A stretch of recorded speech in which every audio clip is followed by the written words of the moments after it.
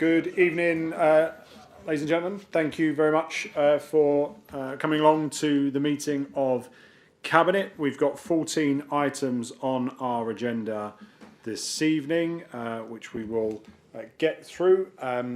Welcome also to group leaders as well, who will be invited to speak on items as we go.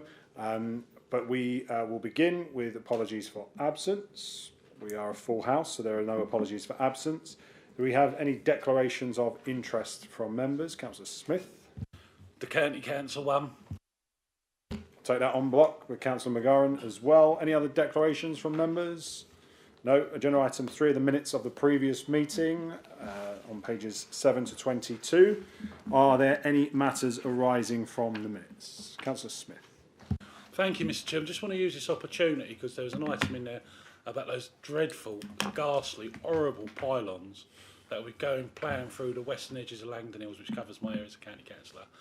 I read the Cabinet members' documentation following the motion I tabled by Councillor Dale Brand, and I'm sure the planning officers assisted as well, and it just really cuts the legs away from the argument about destroying the borough's western edges eye line of those ghastly, horrible pylons, and I'd like to thank the Cabinet member through the chair. Thank you, Councillor Smith. Any other matters arising from the minutes?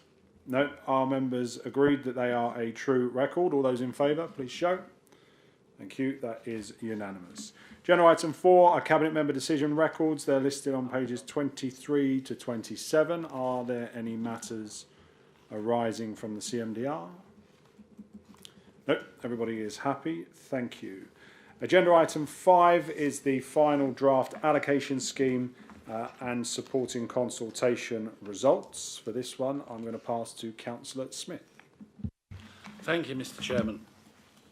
The allocation scheme report proposes several amendments to the housing allocation scheme to better manage social housing in light of increased demand and financial pressures. Key points of the change include: 1. Increased housing demand and financial strain. Rising costs of living, higher rents and a shortage of private rental properties in the borough have led to a 67% increase in households needing housing support since 2017.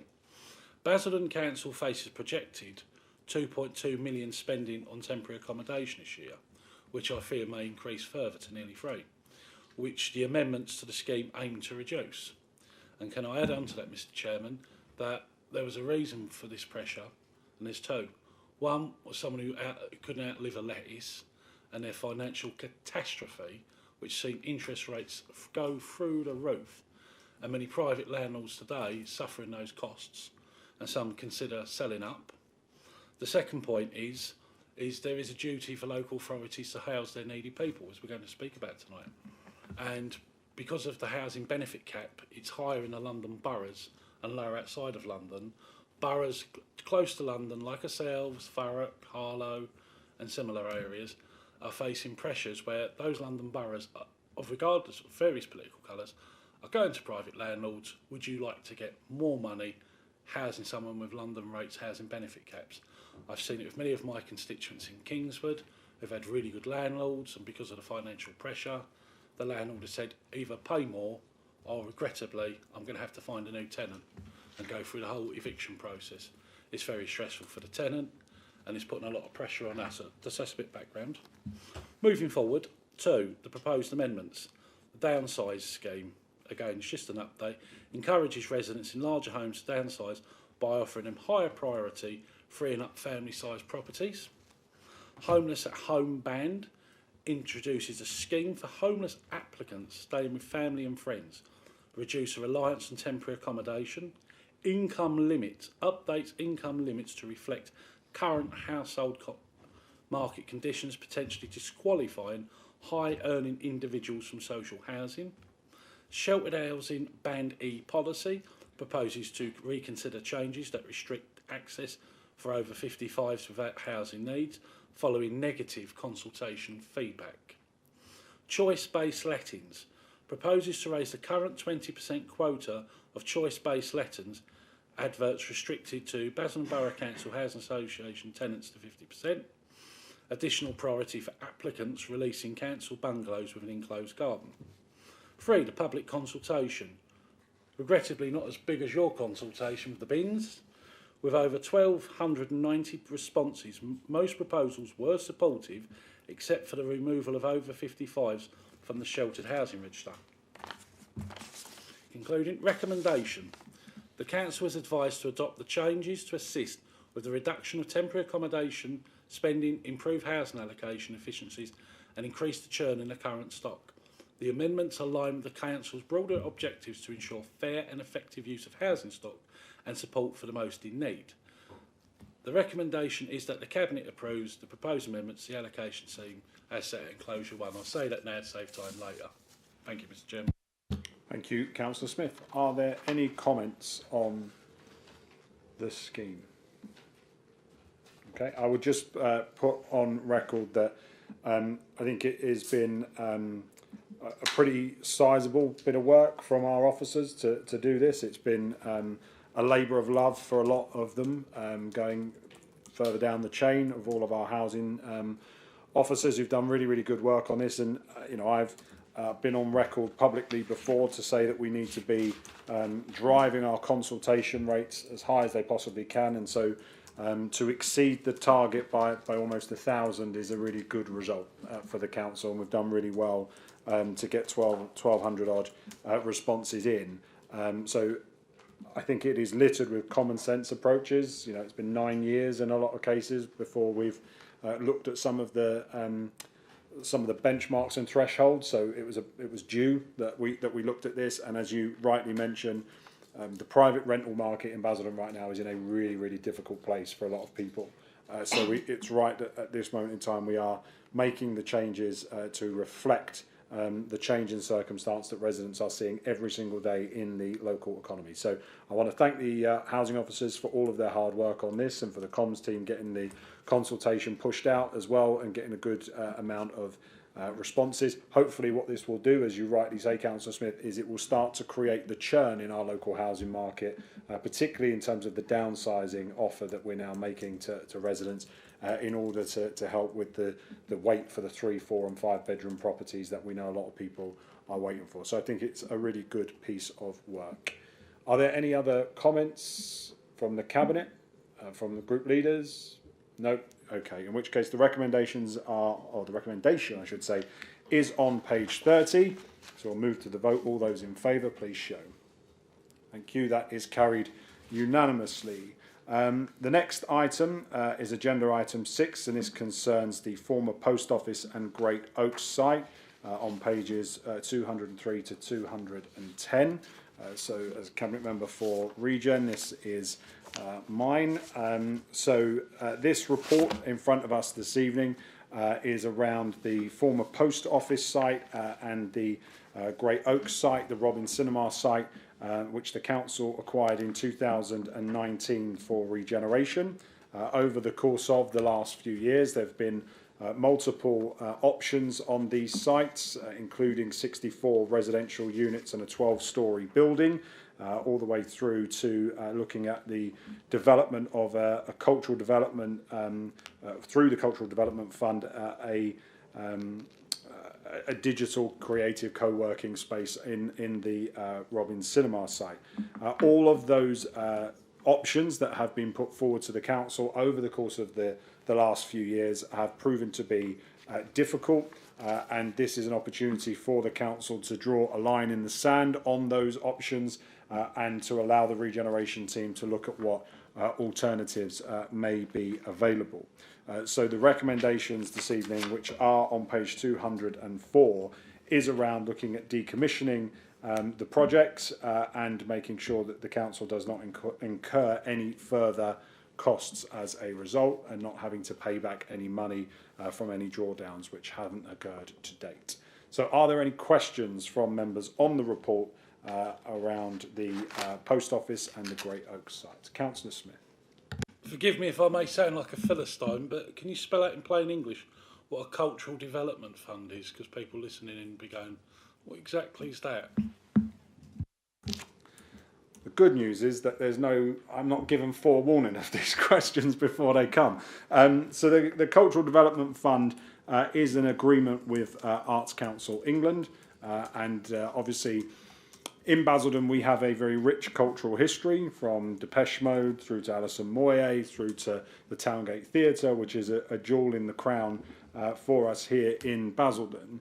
And what we were seeking to do previously when we led the authority with the former Town Centre Revival Committee was look at how we could make sure that at the heart of any regeneration there was a strong cultural offer. Now, we left office in 2021, and the administration that took over worked with the Arts Council to draw down this money for a Cultural Development Fund, which was to look at exactly that, putting culture and arts and digital businesses into the Robin Cinema site. But after multiple procurement exercises, it has not been possible to procure somebody to come and run that facility. And as a consequence, again, I think this is a moment to draw a line in the sand on that and to then look at what else we might be able to use that building for going forward. So we need to take this decision in order to give our officers a new mandate to work on something else. Hopefully that answered your question. Yeah. Very good. Any other questions from the Cabinet? Group leaders? Councillor Baggett.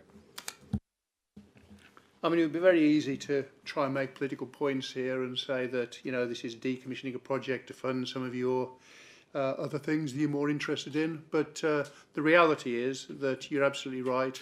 We were very, very keen to bring a level of energy into the town centre and to actually use that through the Arts Council and support some of the opportunities we saw.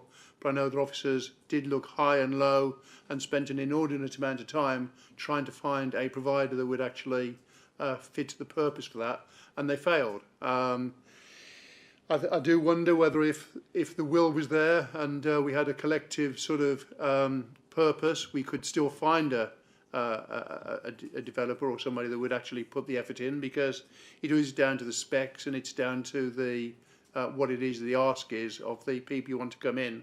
But I do understand the rationale and the reasoning behind it, and therefore, you know, it's having a reality check, isn't it? Thank you, Councillor Baggett. And of course, new administrations do decommission projects to fund new priorities. That is the nature of the game. That isn't necessarily what is happening here. I think if we're being honest about why this hasn't necessarily come to fruition, I think there's a multitude of issues, one of which is COVID and the fact that that has changed the name of the game in terms of co-location, co-working space for a lot of people. So the timing of the grant probably wasn't the most forward-thinking in terms of what we could use that space for. But there's also the issue here about the wider vision.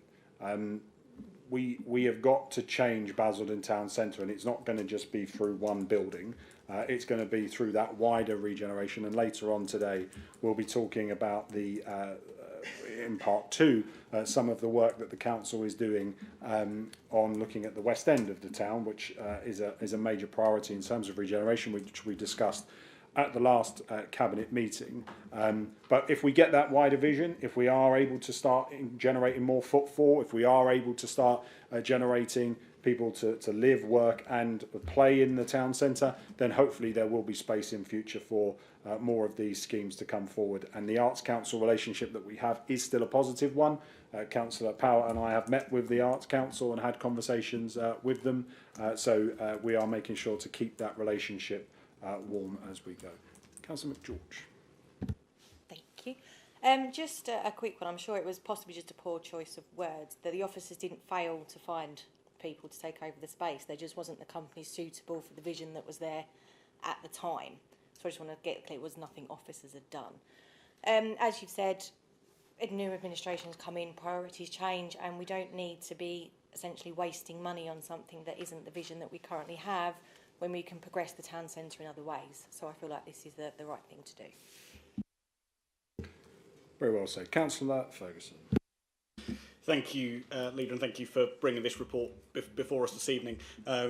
I think just to kind of pick up on some of the points that you've made, we all want to be able to see a thriving town centre, and I know as a St Martin's Ward Councillor alongside yourself and Councillor Yacoub, I know we're all committed to driving forward regeneration that takes place in St Martin's that can give our town centre the life that it needs, being able to give it a place where people are comfortable to live, work and provide positive activities for people to be able to do. And as Cabinet Member for Culture, Sport and Community, I'm determined to do all I can to be able to support you in driving through that cultural vision that can enhance our town centre and make it somewhere that we can be proud of. But I think it's important, as the steps that you've outlined tonight, that we give officers the time and resource to be able to make sure that this particular project aligns with wider visions and other projects that are taking place within our town centre to really get this moving again. Very good. Anyone else? No? Good. Okay, the recommendations are on page 204. All those in favour, please show. Thank you. That is unanimous. Agenda item 7 is the business continuity policy, which is on page 211. The business continuity management policy was first approved in March 2022. It has undergone its scheduled 2-yearly review.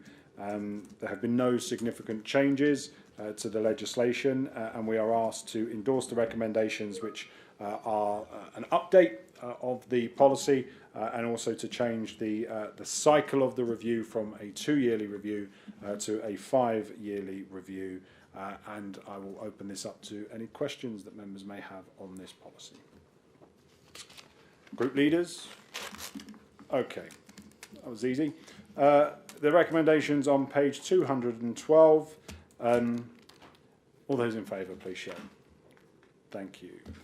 Just to say to officers who spend hours writing these, we read them, we are fully aligned in terms of everything that is going on, and the speed with which we agree is testament to how well they are written.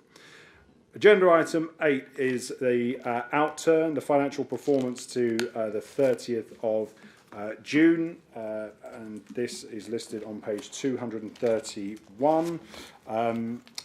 So the report is providing the members and the council with an update on the financial performance of the council, both in terms of the general fund and the HRA. We are asked to look at the report to consider what is being said in this report. As we've discussed previously at both the Overview and Scrutiny Commission and also what we are discussing on Thursday at full council, is the fact that the council is currently running with an overspend of £1.6 million, just under, and £1.2 million of that overspend is a pressure in the new waste service that is being delivered as we speak at this moment. There are a couple of other areas that are cause for concern. We talked about previously around housing repairs and some of the legal challenges that we are facing as a result of that. And in the HRA, there are, again, issues around those housing repairs which are putting the pressure on us. We know that we already have a budget gap that we have to deal with, and this pressure is obviously an additional pressure to that. And the 1.2 million, which relates to the new waste service that was introduced last November, is something that the council needs to address very, very quickly, and we need to get on top of, because if we were to not do anything, this would equate to around about 5% of our general fund budget in terms of the overspend. So it is a big amount of money that we need to get on top of. It's not the inheritance that this administration wanted to take over with, but it is the inheritance that we are having to deal with because of previous decisions that were taken. So I'm going to open this up to members to ask any questions that they may have. We have Mr. Wilson and Mr. Sparks here for any of the technical questions that you may want to ask at this point. Members? Councillor Yacoub. Thank you. Just to kind of really understand the situation here, Basildon is facing a £1.6 million overspend, and we have to make it known to residents that this mess is a direct result of reckless financial mismanagement by the previous Conservative administration. Their failure to act is a deliberate choice. Not only have they refused to take the helm, but they've shown that they would let the ship go under if they were left to their own course. And it's no surprise that the top budgetary pressures that are referenced in the report stem from directly from their inept decisions. They pushed through a very costly restructure, which paid out £1.6 million in redundancy and severance packages. And whilst our cost for temporary accommodation skyrocketed, they did absolutely nothing. They stood idle as our budget took a severe financial hit. And then, as mentioned by the leader, their changes to the waste system. They called it revolutionising your bin service, but it actually took us to a point where even the most basic service, like collecting your bins, became a complete failure. They claimed it would save money, but in fact it triggered a very costly disaster. And the Conservatives have, time and time again in this chamber, they've positioned themselves as financial experts. I remember sitting in budget meetings where Councillor Sullivan was hailed as a financial wizard. Where did all of that supposed expertise go when these problems were unfolding? We're left here to pick up the pieces of this incompetent record, but this Labour administration is here, we're doing the work, we're rolling up our sleeves, we're tackling these pressures head on. We have a plan for temporary accommodation, we have a plan to return to weekly black bin collections, and we're committed to make sure that the failures of the previous administration don't define Basildon's future. And I think one of the most interesting things to see is that residents are responding and they can see a clear contrast between how this administration is managing the council and how the previous administration managed the council. Thank you, Councillor Yacoub. Any other member of the Cabinet at this stage?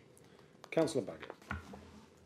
Thank you, Chairman. I see the Keir Starmer handbook on how to actually run an administration by blaming the Conservatives for everything and blaming their mismanagement for the plans that you can't deliver and the promises that you're going to fail to keep to the residents.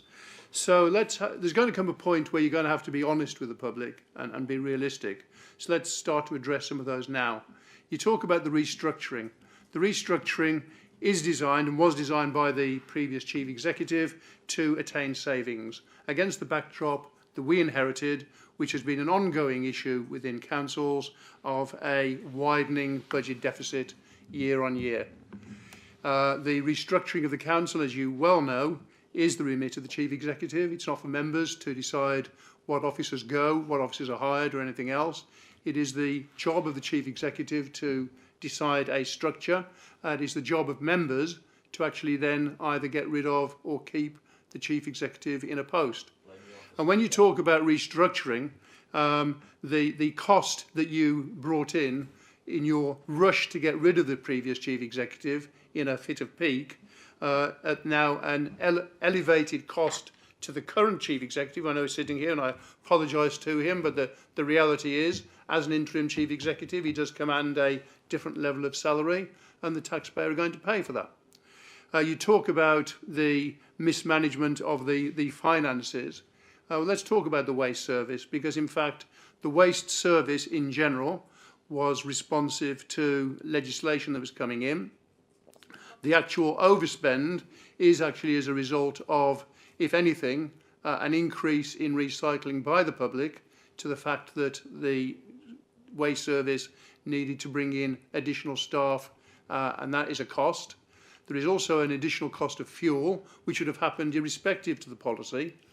So the idea and the refrain of it was mismanagement is exactly that. It's just a sad song that you were singing when you were in opposition and you seem to be continuing to sing now. The council was well run. We maintained the budget deficit and reduced the budget deficit year on year. We made difficult choices in doing that. But the most important thing is, when we made these tough decisions, we were honest with the public about the challenges we faced. We didn't try and blame the previous Rainbow Alliance for getting us into a financial strait. We didn't actually try and point fingers. We actually managed it properly and with statesman-like aplomb in getting the job done. We did not actually leave the council in a bad financial position. The council has been in a non-sound financial position for a protracted period of time, which, working with the professional officers, we have managed and actually cut our cloth accordingly in order to make sure that we don't go down the path of other councils and have a 114 notice produced. It will be interesting to see over the next 2 years at what point in the 2-year period, you end up with a 114 notice based upon the plans and actions you put forward. Before I bring councillors in, just to recap, it was all the fault of the ex-chief executive. It's all the fault of the public for recycling too much. And it was all the fault of the previous administration when they were in as a Rainbow Alliance. I'll come back to those points in a moment. I just think it's worth noting that in a 5-minute spiel, the ex-chief executive, the public, Vladimir Putin, I think, may have got a mention there around fuel costs as well, if I'd let him speak for any longer, and it was the previous administration as well. That was interesting. I'm gonna go with Councillor McGurran and then to Councillor Smith. Councillor Baggett spoke there about a sad song from this administration. I think the sad song he's talking about is sorry seems to be the hardest word, because he seems to be completely incapable, as does other members of the former administration, of apologising for the absolute horlicks they made of the waste collection service. But just to remind him of a few facts, and I am talking about facts here, the new waste collection system, leaving aside the fact it didn't work, was supposed to deliver a saving of £2 million. That was put in the budget. At the moment, it's on course to deliver a saving of £800,000. So in other words, the overspend is £1.2 million. That is a fact, Councillor Baggett, which you cannot deny. And if you did have decency, you would recognise and apologise for. I'm sick to death of hearing this excuse. Actually, I'm not sick to death. You know what, Councillor Baggett, keep going, because it's the gift that keeps on giving and giving and giving. Over 6,000 people have completed the consultation already. The message is overwhelming. The system did not work. It was utterly broken. It was too complicated, too expensive. It didn't work. Explain to the public how you're going to fund going back to that. Don't you worry, Councillor Baggett. We'll fund it. Don't you worry. Things you also said was that sorry, I've lost my thread. The system isn't working as it is at the moment. We know that fact. We know that. We're looking at ways of rectifying that. But what I find extraordinary is you brought in an incredibly complicated system with 6 different types of receptacle to deal with the waste, and you didn't factor in the fact you would need extra crews, extra fuel, and people might go on the pat and mick because of the absolute stress of the situation. So please stop making excuses, stop blaming other people. It's not the public's fault, it's not the officers' fault, it was your administration's fault, but we will sort it. The Labour and independent administration, just to correct Councillor Yaqub there earlier. Councillor Smith. Thank you, Mr. Chairman. I'll be a bit kinder on the Leader of the Opposition, because with the Cabinet system they don't get the right to reply. I just want to pick up 2 inaccurate points. First point was that it was legislation. When this was muted in the autumn, the amount of when that national newspapers carried that story that the Prime Minister, under the headline Green, let's use Cockney rhyming slang because we want to be polite, pony and trap, that was how Tory-leaning newspapers called it, and it was going to be cut down to freebies. And I remember being here saying, why are you engaging this when your own government is changing the rules so you don't need all these vets, what was it, going down from 7 bins to 3 bins? The second thing is, you talk about fuel costs. I never thought I'd be paying less for petrol under a Labour government. To be fair, COVID, it did nosedive, but it was £1.40 a few weeks ago, now it's nearly £1.30. So that's got to be a saving. Yeah, that's got to be a saving. The fuel costs are coming down. Didn't expect that from a Labour government, but beggars can't be choosers. Full of surprise. Look, I think in terms of... did you want to come in, Jack? No. I think in terms of what I would say on this item, and we'll rehearse this, I'm sure, again on Thursday evening. Are we taking a leaf out of the Keir Starmer playbook? Absolutely. It's called competent government, right? Something that was drastically missing in this country and in this council for much of the last 14 years. So that is a good thing to be compared to a Keir Starmer government. Let's just be really clear about that. He says we should be honest with the public. Well, there's two elements to that. The first is that the public consultation, which is on course to be one of the highest ever recorded consultations in this council's recent history, is ongoing for another 2 weeks. It is emphatic, and unlike the previous consultation that was held under those guys, we will actually listen to what the public are telling us. But if you want to be honest with the public, then I would suggest, and perhaps I shouldn't do this as your political opponent, but I will suggest this anyway, stop talking. Please stop making these arguments that you are making, because until you own up and say sorry for the absolute chaos that you created and continue with this system to have created on the streets of Basildon, you will never ever be forgiven for what you did when you led this council the last time. He talked about the restructure. He said it was all the fault of the previous chief executive. He forgets that the restructure went to a meeting of the full council. Members, all 42 members, were given the opportunity to opine on that restructure. His administration voted for it, the opposition voted against it. He had the opportunity there to stop the restructure. If he felt it was the wrong thing to do, to give golden handshakes to the tune of £1.6 million and to get over 200 years of institutional knowledge out of this building in one day, if he thought that that was a mistake, then as leader of this council, he could have stopped that item going to full council, and he could have whipped his administration to vote against that paper. So it was within his gift, it was within the councillor's gift to make that choice. He also knows that appointments at that level, particularly at the most senior level, are appointments within the gift of elected members. Members will be asked to vote on a new chief exec and executive directors. So it is disingenuous to say, not me, Gov, this was all the previous chief exec, there's nothing that I could do about it. You had responsibility, you had power, and you decided not to do it. He then said that the current chief executive is at a different level to the previous one, and I couldn't agree more with that statement. We then have a waste service, or he talks about the waste service, and the overspend. He wants everybody to believe that he was the leader of this council until the 23rd of May, and then by the 30th of June, something had gone so drastically wrong that everything was going swimmingly till the 23rd of May, and then it all fell off a cliff by the time we got to the 30th of June, and that £1.6 million of black hole just magically appeared in the council's finances. And he talked about the fact that this, and Councillor Smith has alluded to, around legislation. I find this point really interesting from the Conservatives because, as we know, their Prime Minister, Rishi Sunak, not 3 or 4 weeks before this reform was introduced, stood up at the Tory party conference and said, never in my watch will I enforce 6 bins on households. It was all woke, it was all terrible, and it was never going to happen. Only Councillor Baggott made it happen because 3 weeks later it all came in here in Basildon. When it could have, again, at any point, been stopped and paused. The other night it was suggested that officers were rushing to implement this.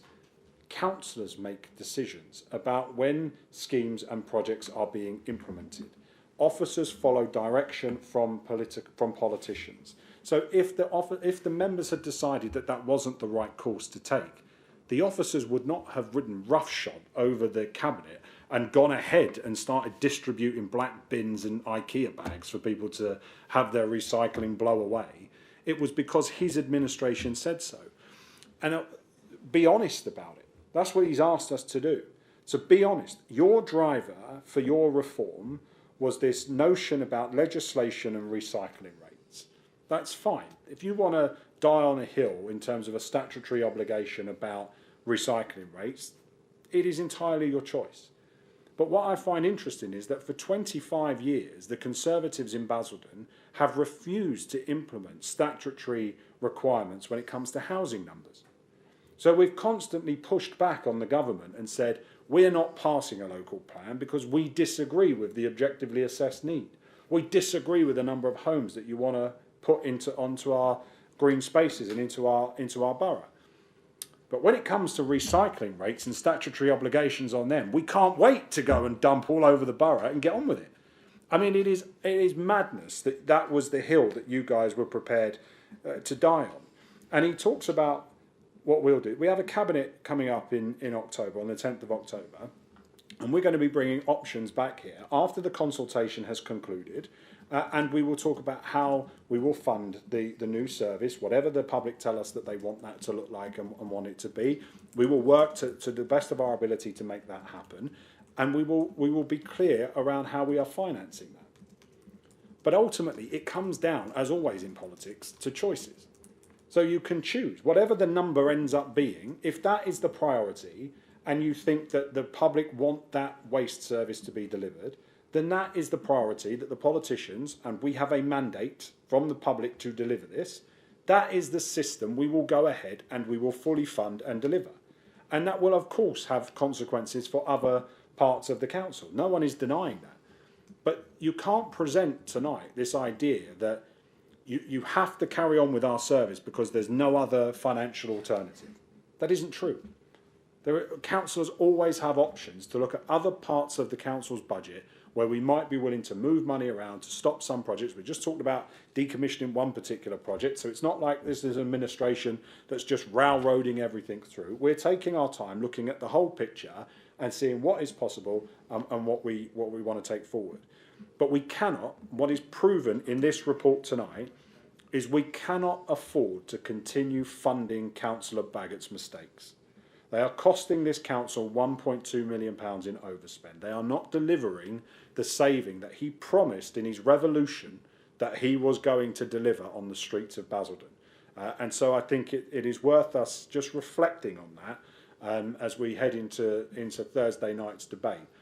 Because again, as Councillor McGowan says, if you want to keep making these arguments, you can. But you're going to get absolutely nowhere with the Basildon public, who will not forgive you for what you did last year and the fact that you're now costing them even more money, and it's there in black and white for everybody to see. On that happy, cheery note, are there any further points? Okay, this is simply a report for noting, so we shall consider the report noted. The next agenda item this evening is, what is it? The town centre lighting contract, which is me again. Okay, so we are very much interested in putting new lights into our town centre. And in order to do that, Cabinet is being asked this evening to agree for the additional work from the Regeneration Capital Programme to continue with the installation, which is being handled by an external contractor. We've been working with them for a number of years on this. The idea is that as part of the work that Councillor McGeorge is doing around the town centre safety plan, but also the wider regeneration plan, that we ensure that our entrances and exits to our town centre and things like the bus station and our communal areas, that they are better lit, that they are therefore safer and more secure for people as they are coming around. Because as I keep saying, whether it is midday or midnight, everybody must be safe when they are walking around, or at least feel safe when they are walking around Basildon town centre. So the report this evening is in front of members. Don't ask me what page it's on. Are there any... What is it? 243. 243, very good. Does any member wish to speak? Councillor Smith. Thank you, thank you, Mr. Chairman. My ward abuts the town centre, and it's very positive that it's getting new lighting. But could you explain in detail what sort of lighting units, or are they regular lighting units? Because it is important, if we're regenerating, we try and put the best looking lights in the best places. I mean, do you want Victorian lampshades? Well, you just brought up, Councillor McGowan, what I was coming on to, because I just want to understand, is 50 grand enough? Because as I spoke at last week's scrutiny, the previous administration spent 62 grand on these really tacky mock Victorian LED lamp posts. And I'm just wondering if that 50 grand we're going to get something. Just for clarification, it's an additional top up. The actual figure is slightly higher than that, but because it's a technical issue about Victorian lampposts, I'm going to ask Miss Lyons to come in. Councillor Smith, what this relates to, it relates to the, we're still in the procurement process of the lights at the moment.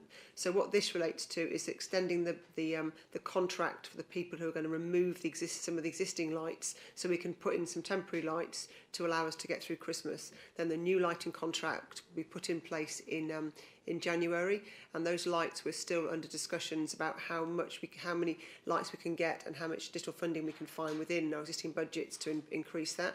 So this is about removing all the some of the lights that are there at the moment, refreshing the town centre with some temporary lights, some festoon lighting to improve the overall impact. And this is what this cost is for. It's just purely for contractors to dig up lights.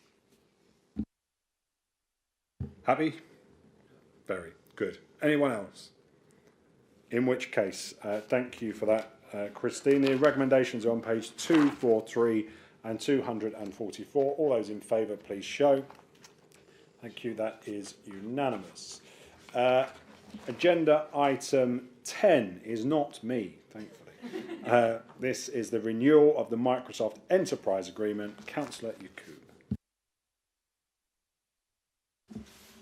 Thank you. So, as the Cabinet Member for Digital Futures and Data Analytics, I have prioritised fostering a culture of innovation that will deliver tangible benefits for our residents and the wider community.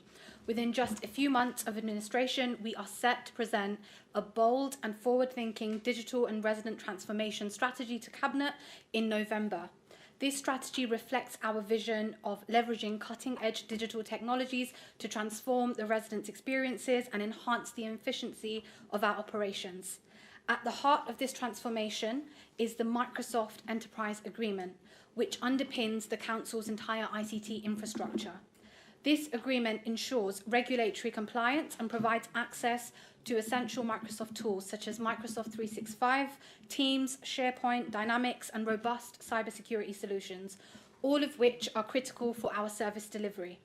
The strategic importance of this agreement cannot be overstated, as it equips our workforce with the tools they need to serve our residents better, and it supports the Council's wider ambition for digital and AI goals. This report seeks Cabinet's approval to extend our partnership with Phoenix Software Limited for an additional 3 years, valued at £2.05 million. I'm pleased to announce that we have also secured this extension with minimal increases to previous costs and even a discount in the first year. All credit, of course, goes to the officers who have worked hard to achieve this. The contract includes key provisions that emphasise social value. These initiatives are designed to maximise positive social impacts within our local community. Our officers are actively negotiating these elements to ensure they deliver the greatest benefit to Basildon. With the current contract set to expire on the 31st of October, we must act swiftly to ensure continuity of services and maintain the operational efficiency our residents depend on. The renewal also accounts for the cloud consumption costs in line with the Council's recent migration to Microsoft Azure, positioning us at the forefront of digital innovation. After a thorough benchmarking process, Phoenix Software Limited has demonstrated their ability to offer a cost-effective, forward-looking proposal that aligns with our ICT strategy and our long-standing commitment to Microsoft technologies. So I recommend Cabinet to approve this renewal, enabling us to maintain momentum in our digital transformation efforts and to ensure that we continue to deliver high-quality, efficient services for our communities. Thank you, Councillor Yakub. Does any member of the Cabinet initially have any comments? No? Oh, right, okay. Councillor Baggott then. Yes, thank you, Chairman. Just a question, really. This bold and innovative initiative that's been launched by Councillor Yakub, and she's so proud of that in the last 4 months delivering. If any member of the public, or even a member, were to do a Freedom of Information Act to find out whether or not this project was in fact instigated over 4 years ago and has been worked on diligently by officers over the last 4 years, would they actually find that that was the case, or would they find that this is something that's only manifest in the last 3 months? Just a question.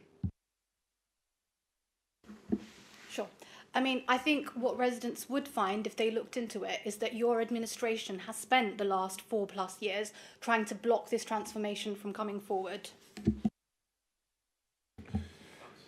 Thank you. I mean, that was pretty emphatic. I was going to say, because obviously in 2021 we put significant investment in our budget back then to take forward a lot of this. But nothing happened for 3 years. There was a pattern of behaviour, unless people have all missed it, but I mean, I don't think 200,000 people have. So therefore, we can take it for read that the revolution is happening on our watch, basically. Any other questions on this? Okay, the recommendation is on page 247 to 248. All those in favour, please show. That is unanimous. Thank you. The next item is the planning service update, and this is Councillor Brown.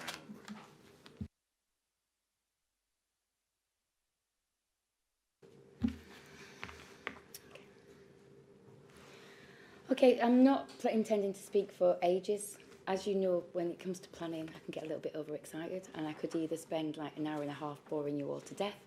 I instead intend just to quickly introduce by sort of highlighting a few points in regards to our recommendations. So the housing delivery test and 5-year housing land supply, we all know how essential that is, that we meet those housing targets, whether they are set by our present new Labour government or whether they're the targets that were set previously. Hence the letter that we received from the Secretary of State, Michael Gove, expressing the importance, expressing the importance of that delivery. So the housing delivery test, this measures the number of homes delivered against the local housing requirement, and the 5-year housing land supply is identified from this. Basildon at the moment does not meet that need, and we know that failure to do this will have consequences in terms of penalties and even loss of control of our obligations as a housing authority, being able to make those decisions. It also enables developers to have the more freedom to build in areas that this council and our communities might not support.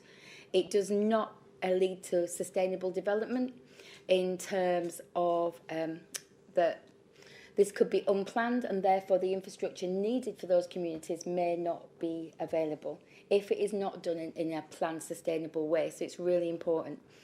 Our housing test action plan, this is another strategic document that shows how we are going to meet that housing target and how we are going to ensure that Basildon is able to grow in a sustainable way. The plan is published. This demonstrates how transparent we are and that we are clear to our residents what we are doing and why. And that this will help ensure that the borough can provide adequate housing for our growing population. The 5-year housing land supply report is also available in this document. This report required by national planning policy to demonstrate that the borough has enough land allocated or planned for to meet that housing need in the future. If Basildon cannot demonstrate a 5-year land supply, the council could lose control over where housing development occurs. And we've seen this in this last sort of 12, 18 months, where we have not been able to stop development or control development or ensure that we have full infrastructure in the way that we had planned previously with our local plan due to not having that. Our infrastructure development statement, this statement outlines how funds, often from developers' contributions, are being used to support the infrastructure and improvements we need for the borough, such as roads, schools, community facilities, etc. This ensures that new housing developments are supported by necessary services, preventing the local infrastructure from being overwhelmed. And our officers work extremely hard with developers to ensure our Section 106 monies are to the maximum in order that we do this in a managed and responsible way. What I would say, the recommendations that are in this report are vital, that ensuring that Basildon can meet its housing needs in a planned, sustainable way. Then that we have the necessary infrastructure and support to support this growth. This report is looking at housing, but it also supports jobs, it supports communities, it ensures that you have decent roads to drive round, that you have hospitals, doctors, dentists, schools, everything that supports a whole community. When we're talking about growth, we're not just talking about the number of homes that are going to be built, we're talking about the way in which those communities are going to live. And that's why the infrastructure is so important. Thank you. Thank you, Councillor Brown. Any member of the Cabinet wishing to speak on this item? Councillor McGeorge. Thank you very much. These are figures that we see time and time again in appeals. You haven't got the land supply, therefore we're going to grant this. These figures need to be published, shown to the public, and they're proving exactly why we need to get our local plan in place so that we are developing sensibly, sustainably, and making sure that we're doing the best for our borough. So, yeah. Councillor Brown. Yeah, definitely. As Councillor McGeorge says, this is a proactive approach to ensuring that not only can we meet those delivery targets set by government, but we can deliver the types of communities that our residents want to live in for now and for the future. I mean, we all talk a lot, many of us now are getting older, we've got grandchildren, and we want them to have homes, have schools, and have communities that will thrive. And that can only happen if we are able to meet that growth in a sustainable, responsible way. And that's exactly what our officers are working to in order to achieve. Thank you. Any other points from the Cabinet? Councillor Baggett. Thank you. I absolutely applaud and endorse the rhetoric that Councillor Brown has given us there. And I think that it's...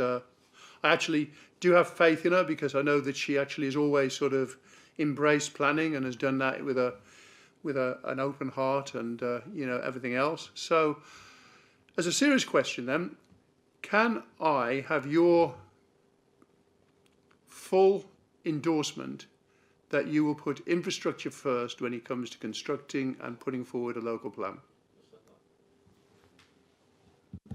Councillor Brown. Ms. Lyons. So, in terms of the rhetoric of infrastructure first, every scheme itself has to deal with infrastructure, and a local plan itself would set out an infrastructure delivery plan that would deliver that. So, but what we cannot say with development, and that's the way that the financial structure is made around development, that will come first.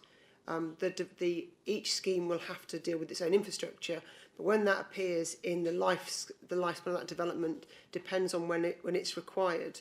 And take, for instance, the Dry Street Primary School, that is delivered at a phase in the Dry Street scheme when there's adequate number of children within that scheme that will fill that school. If you build infrastructure first, all that happens is that infrastructure becomes full up with other people rather than the scheme that it's trying to help. So therefore, we will be seeking infrastructure through our local plan, and that will be planned to be delivered in time to deal with those new residents, but it will not be delivered at the onset, because that's not how good infrastructure works.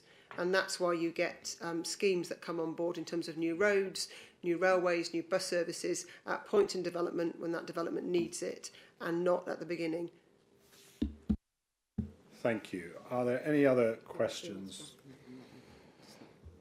Technically, I shouldn't, but I am feeling generous, so I will. Well, thank you. Baggett. Well, thank you for that, and I thank Mrs. Lyons for a professional response from a professional officer. But as the chairman quite rightfully said earlier, this is members that actually make the decisions, members that push forward policy. It's not officers. So I asked the cabinet member whether she would give an assurance that infrastructure will come first. And while I take on board some of the comments that were said, we as an administration always said that the local plan had to be, if you like, branded as infrastructure first. And I understand some of the issues about why it is that you can get overloaded with infrastructure, but the reality is when you look at the borough, we don't get overloaded with infrastructure at all. We get development creep. We have a public which are sceptical about the amount of homes. They buy in, I think, to the economic argument. They buy into the jobs argument. They don't buy into the fact that when they see developments going up all over the place, that there's still no place for schools. They have waiting lists for their doctors.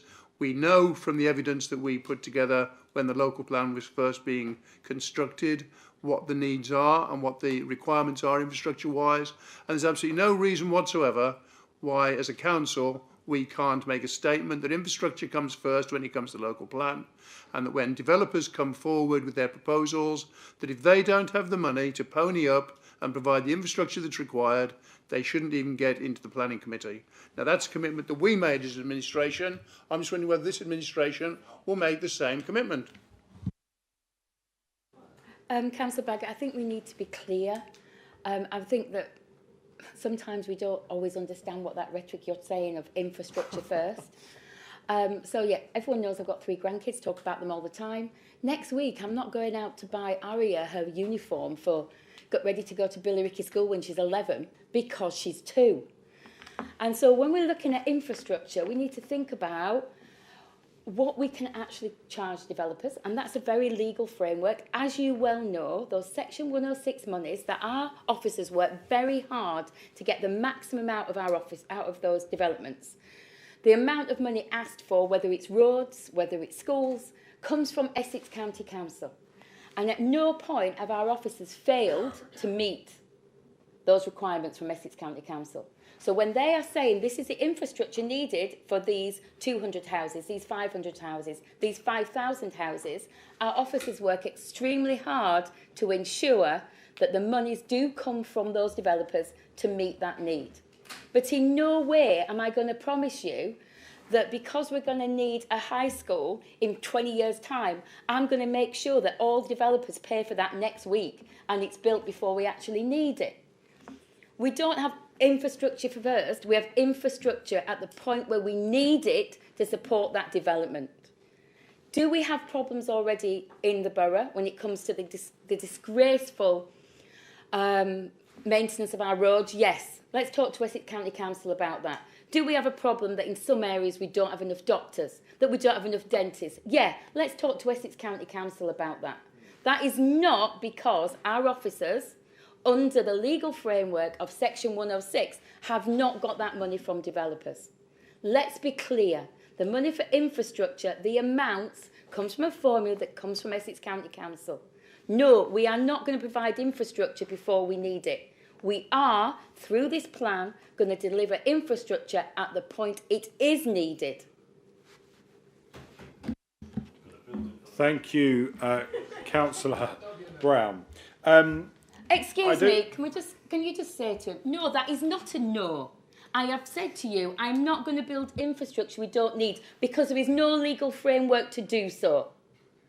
There is a clear way of doing planning, which you well know, that through the Section 106 monies, we bring forward infrastructure. You know that, Councillor. So let's not be duplicitous about this. Let's be clear. We are fully committed to ensuring that this plan has sustainable growth. Sustainable growth means infrastructure at the point it is needed. I know that we often say it about Councillor Baggett, and sometimes it is in jest that he is the gift that keeps on giving. But seriously, when you look at what he is describing tonight, he talks about the fact that they demanded that their local plan be branded as infrastructure. They never passed one. In 25 years, they never had 1998. one. So then what were they rebranding? Because they didn't have anything. So then he talks about how the public are really frustrated and angry at the fragmented approach to housing development that you delivered in 25 years. So all of the schemes, and when we've heard from the professional officer who he thanked for their advice and what they said, the scheme that was used as an example was a scheme that his administration passed, and the school that is now part of that infrastructure has just opened 6 years into the scheme being passed and being developed. So is he for or is he against the advice that he's been listening to tonight from the officer who says that infrastructure as and when it's needed and at the right time? I agree. The public are frustrated that in different parcels of land we have random developments that pop up over the last 20 years. It's because we haven't had a plan with defined allocations that has governed where people can and can't build, what the infrastructure would then need to be. So we haven't properly planned communities in this borough for 25 years.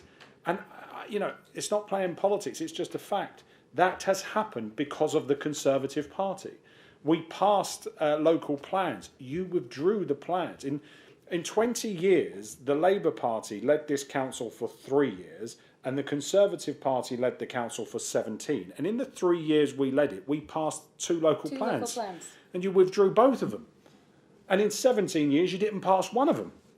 So the reason that we are in the mess we're in is because of your incompetence at getting it over the line, or, frankly, your lack of leadership at not being able to get it past the Billericay Action Group. So that's the reality. The borough suffered because of it. And let's be clear, the reason why we are in the situation we're in about infrastructure is because we're a district council.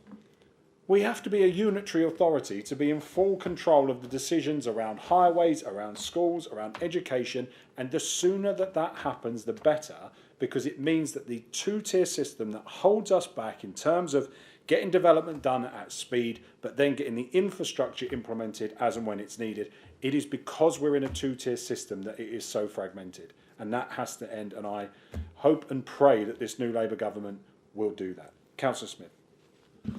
Thank you. If they don't give us Baz exit, we done Brexit, I think I can find a way. Definitely need it. You talk about infrastructure, the Langdon Shopping Centre. This council passed an application, not just for shops, but for new housing. There's younger adults who would love to go in a estate agent and say, see that house, nice little garden, me and the missus would like that, got kids. No, you have to put your foot on the ladder, buy a flat, and those flats above the shops in Langdon would have been an opportunity. And what was the hold up? Some Poindexter at County Hall doing like that character out of Harry Enfield. Only me. You don't want to do it like that. They never come to the planning meeting, never done nothing. Swanwet had troubles. I give credit to the previous administration's officers. I did speak to former employee Mandy Skeet a few times about Swan and the work to get sanctuary, because it was a job to get another housing association to take over. And it is just still sitting there. And every time I drop off my newsletter in Langdon Hills, apart from the bins, the next question is, when is that Langdon Shopping Centre?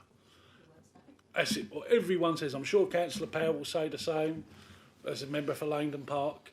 And I say, it's them busybodies at County Hall. And the resident says, is there anything you could do? I said, there is something I could do, but it's definitely not legal. So the only other option is Baz exit. So going back forward into this, which you mentioned about Chapel Hill School, which is a new school for the Wesley Green estate. And it's not quite complete, the new estate, but you have to make it stack up, and schools are academies. Now, Councillor Brown knows far more about this than I do. Can an academy school function with a third of its pupils? It can't. All schools that have been made academies, so the county council tax money can't subsidise a part-open school, and that's why they're going in tranches, like a whole year, then the next year, and then the third year, and then that school can start paying for itself. And luckily, there was a new school, very good new school nearby, Lee Chapel Primary School, that helped to take a lot of the pupils on board. That was a good thing, and then two academies are working together. So that's one academy, so that's a good thing. But one conversation, I'm sure Councillor McGowan has heard many a time at County Hall, where the new station at Chelmsford being funded by developers.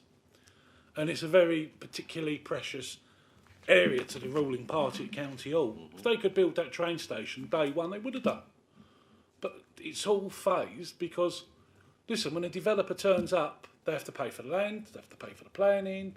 You can't just say to them, look, before you start hiring the cement and the guys and the building materials, can you build us that? Can you build us this?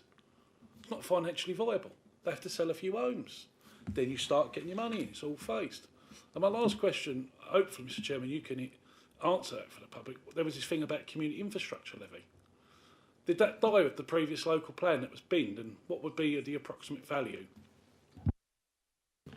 Thank you. I'm going to bring Mrs. Lyons in.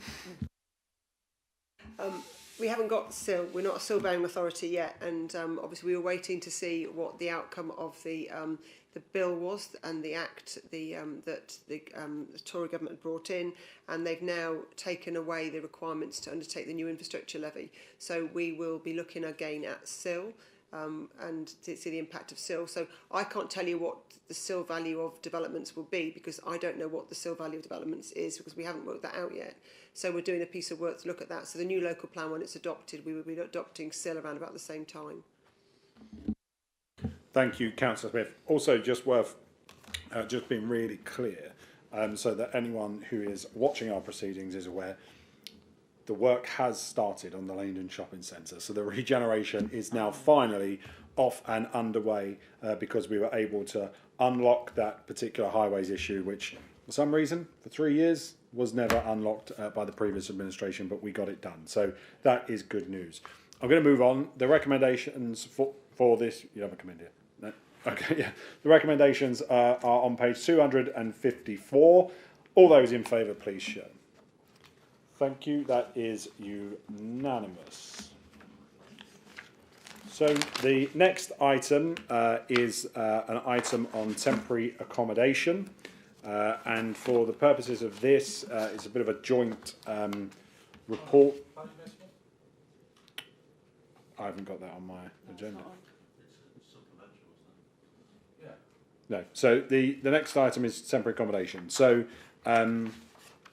we've got this report is both myself, Councillor Smith, I'm sure will have something to say on it as well, but we're focusing predominantly on the finance side of temporary accommodation. And so members hopefully have had the opportunity to read the report. TA costs have escalated. The cost of temporary accommodation has escalated. It was around about the £600,000 mark in 2021, 2022.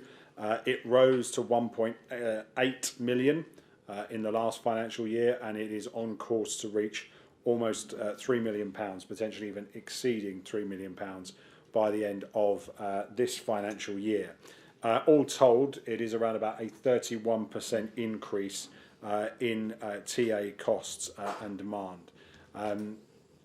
The first thing to say when you're talking about this report, I think, is we are talking about families very often who are not able to use the private rented market. They don't own property. They're not able to rent in the private market. They wouldn't necessarily be eligible on that housing waiting list to get a property that they need. And as a result, we've got people, far too many people, who are living every single day of every single week of every single month in bed and breakfast and hotel accommodation. And I'm sure we've all seen the BBC Panorama documentaries of people and the impact that that is having on their lives, on their children's education, on their own health, their mental health, their well-being, their ability to hold down jobs, all of the things that they need in order to be able to build a life for themselves and their family in their community. It is horrendous that we are in a situation that we are in where so many people are facing these challenges.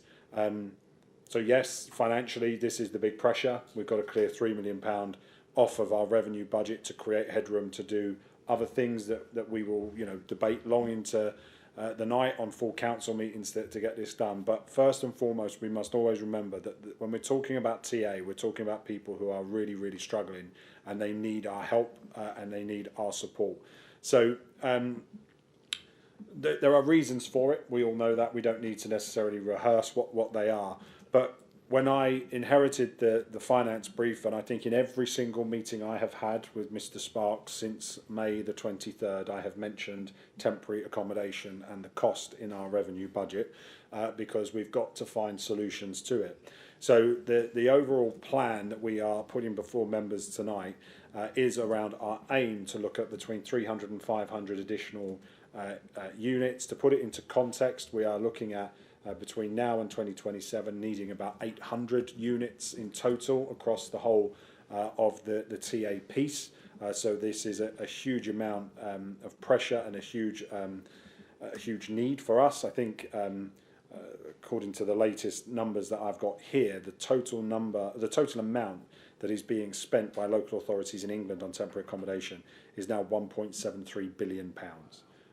So put that into context with all of the noise that we're hearing at the moment about the winter fuel allowance and the amounts of money that is generating. When you look at that's how much money is being spent on temporary accommodation, it is a phenomenal amount of money.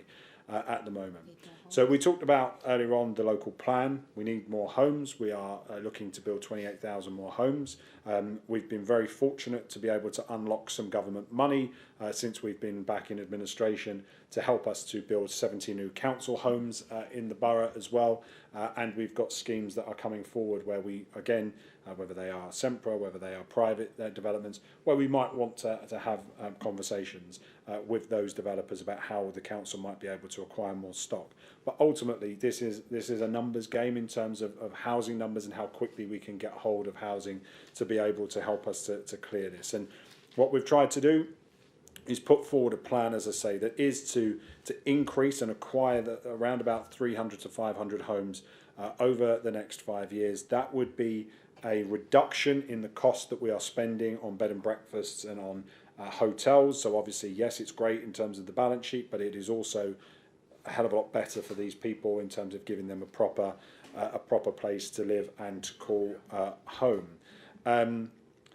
I think we would all like to sit here and say, you know, the word temporary should just be that, but there is a reality that the private rented market in Basildon is not going to recover very quickly. It is going to take time. It's going to take some cycles to get through before we've got a private rented sector that is affordable. We are all, as local authorities, hampered by the constraints around the local housing allowance and the fact that that hasn't moved with the times sufficiently in order for us to be able to address some of the or to use some of that money to put into different types of stock in our borough and elsewhere as well. So within the pack tonight, there is also what we are looking to is to talk about a draft policy. So we don't have, as a council, a temporary accommodation policy at the moment, an allocations policy.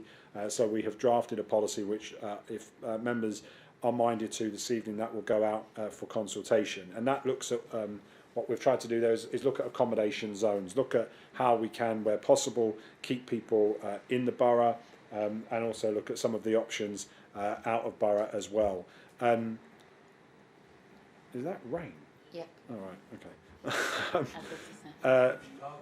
There you go. So this obviously, in terms of our policy, we are up against other competing authorities. I was at a meeting of the South Essex councils with the chief exec last week, and everybody was saying the same thing. This is a pressure that we are all facing, and everybody is trying to find solutions to this in order to help support the general fund budget. I think colleagues in Chelmsford are being hit to the tune of sort of twice, if not three times, the amount of money that we are. So that everybody is facing these challenges. But I think the Cabinet tonight is trying to get a policy, it's trying to get a plan, it's trying to make sure that there is a clear understanding of how we are going to reduce that 3 million cost and give the officers the mandate and the parameters to work under in order to make that possible.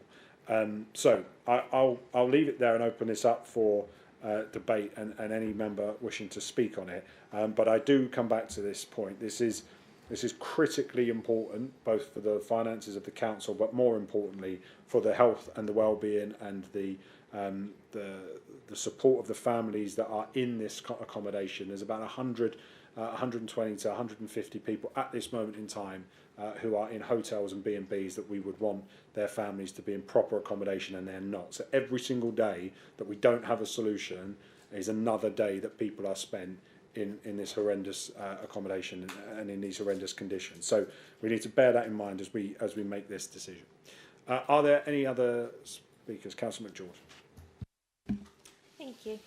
I'm going to put the money aside on this point for the beginning, and everyone needs to put themselves in a parent's shoes with 2-3 kids in a bed and breakfast in a hotel. I have enough trouble getting my kids out of the door in a house.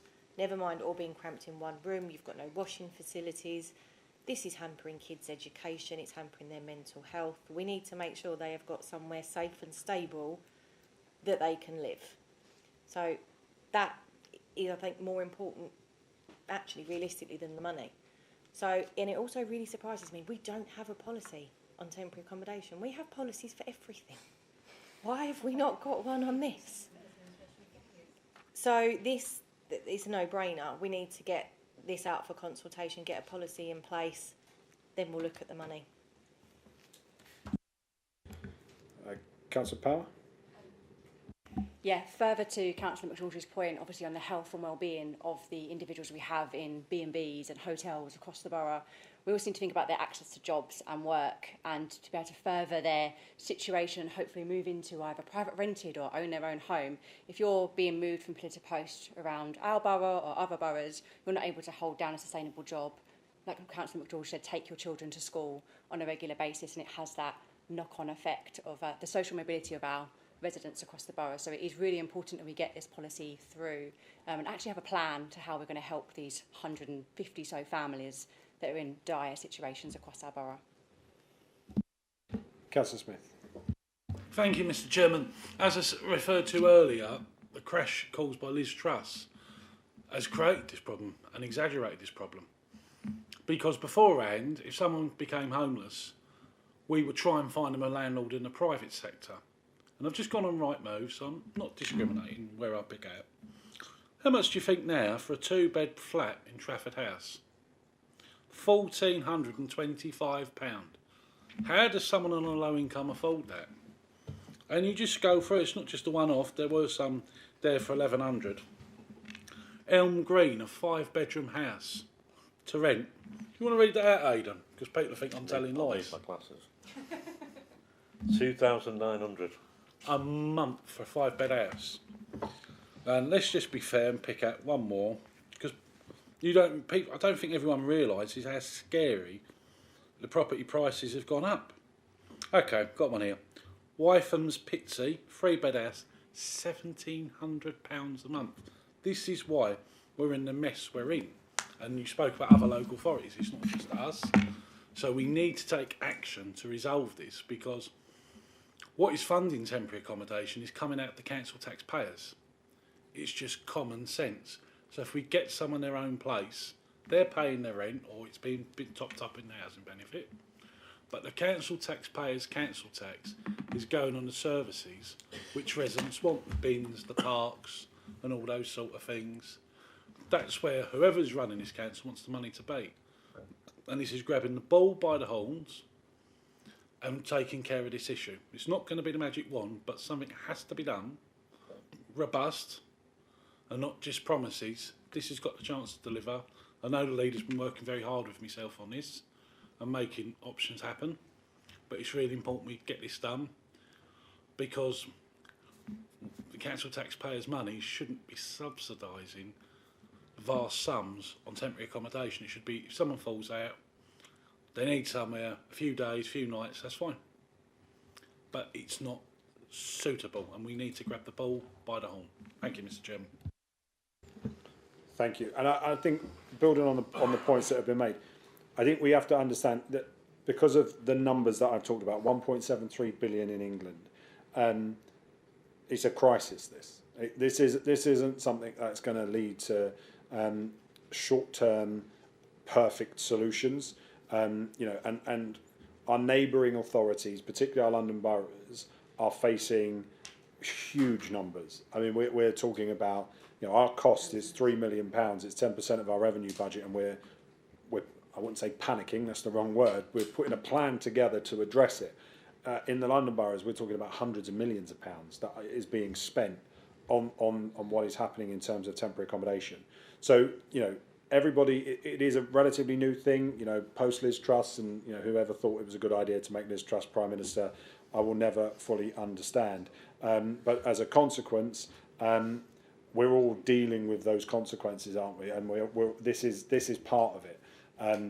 When we talk about the private rented sector and the kind of figures that you've quoted there, Councillor Smith, a large part of that is because London boroughs can pay more, because it's actually cheaper for them to pay £3,000 a month than it is to pay £3,000 a week for that same family to be in a hotel. And so for them, they don't blink at that figure, because it is 6, 12, 18, 19, 24 month leases that they can, or deals that they can put together with those landlords. But the knock-on effect for us, where we can't compete, and what's our LHA rate? About £700 for a 2-bed, something like that. A lot lower than that, even per month. Yeah. So we can't compete in the same bracket as those guys. So we are going to have to make decisions very quickly around what we are going to do, which are not always going to be perfect solutions, but it is whatever we do, it will be better than people in bed and breakfast and hotel accommodation unable to access the support that they need. Councillor Ferguson. Thank you, Mr. Chairman, and thank you for the leadership that you've shown and the way that you opened up this discussion tonight on temporary accommodation. I've spent my working career as a community worker listening to individuals and families going through some of the most difficult challenges, and on many occasions the hardest conversations I've had to have has been on those Friday evenings where people have arrived at my office with nowhere else to go, and as a non-statutory organisation that I work for, having to have those conversations with individuals where there is nowhere for them to go, where authorities have got their hands tied in the level of support that they're able to provide, has been incredibly challenging. And that's from me, speaking as a professional, supporting those individuals. I dread to think that the impact that that's had on those individuals that were there asking for support at that moment in time when they needed it. And some of the hardest things around temporary accommodation, and everybody that's spoken tonight has been absolutely right. When we talk about temporary accommodation, it should be exactly that, of temporary. It's led into much longer term accommodation than anybody would want to wish anybody to stay in. But the impact isn't just felt there and then at that time they're needing support. Often some of the most significant impacts of temporary accommodation are felt weeks, months, years on for those individuals that have had to live in those circumstances. So I think it's absolutely vital that we as an authority take the leadership, and really deal with the situation that we're in to be able to deliver those families that desperately need the support from us. Thank you, Mr. Chairman. Thank you. Any other member wishing to speak on this? Group leaders? No. Okay, not surprised. The recommendations on page 4 and 5 of the supplementary report. All those in favour, please show. Thank you. That is unanimous. Agenda item 13 is the exclusion of the public and press in order to protect the council's commercial arm. All those in favour of moving into part 2. That is unanimous. Thank you. If we could now turn off the live stream. Thank you to everyone who was watching on this Tuesday night.